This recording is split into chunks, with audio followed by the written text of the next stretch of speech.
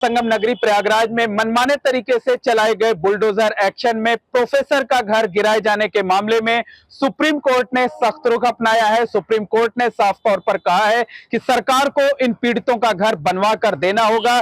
पीड़ित प्रोफेसर का नाम प्रोफेसर डॉक्टर अली अहमद फातमी है। वो इलाहाबाद सेंट्रल यूनिवर्सिटी में हेड ऑफ डिपार्टमेंट थे। कुछ सालों पहले ही रिटायर्ड हुए हैं और प्रयागराज शहर के लूकरगंज इलाके में इसी जगह पर रहते थे। यूपी की योगी सरकार ने 7 मार्च 2021 को इस जगह को डिमोलिश कर दिया गया था। यहां पर कई मकान बनाए गए थे, इस पर बुलडोजर चलाए गए थे और बुलडोजर चलाने से कुछ घंटे पहले ही इन जगहों पर नोटिस चस्पा किया गया था और उसके बाद घर को गिरा दिया गया था। आरोप यह लगाया गया था कि ये जो मकान है उस पर माफिया अतीक अहमद की बेनामी संपत्ति है और माफिया अतीक अहमद से जुड़ाव होने की वजह से ही यहां पर बुलडोजर चलाया गया था। हालांकि उस वक्त प्रोफेसर अली अहमद फातमी ने दलील दी थी कि उनका माफिया अतीक अहमद से कोई संबंध नहीं है। गलत तरीके से प्रशासन ने आकलन किया है। यह संपत्ति उनके परिवार को लीज पर मिली हुई थी। लीज को रिन्यूअल कराने के लिए, उसे फ्री होल्ड कराने के लिए भी पहले से आवेदन किया गया है, लेकिन उनकी कोई सुनवाई नहीं हुई। इसके बाद उन्होंने इलाहाबाद हाई कोर्ट में अर्जी दाखिल की थी।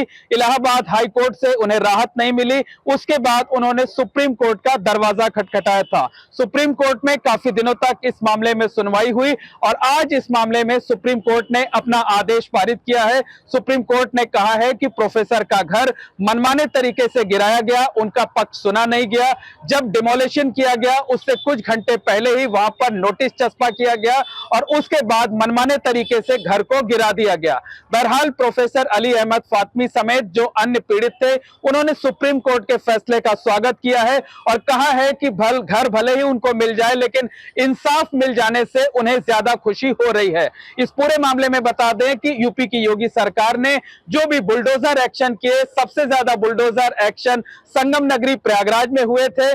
7 मार्च 2021 को प्रयागराज के लूकरगंज इलाके में प्रोफेसर अली अहमद फातमी समेत कई लोगों के घर पर बुलडोजर चलाया गया था।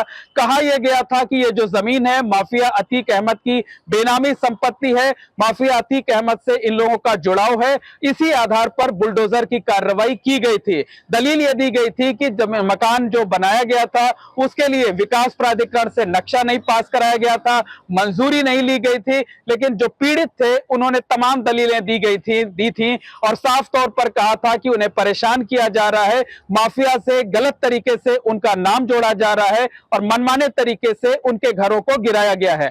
बहरहाल सुप्रीम कोर्ट ने इस मामले में आज दखल दिया है। सरकार ने बुलडोजर एक्शन को लेकर कड़ी एतराज जताया है, गहरी आपत्ति जताई है और साफ तौर पर कहा है कि ये जो पीड़ित थे जिनके घर मनमाने तरीके से गिराए गए हैं, उनके घर नए सिरे से सरकार को बनाकर देने होंगे।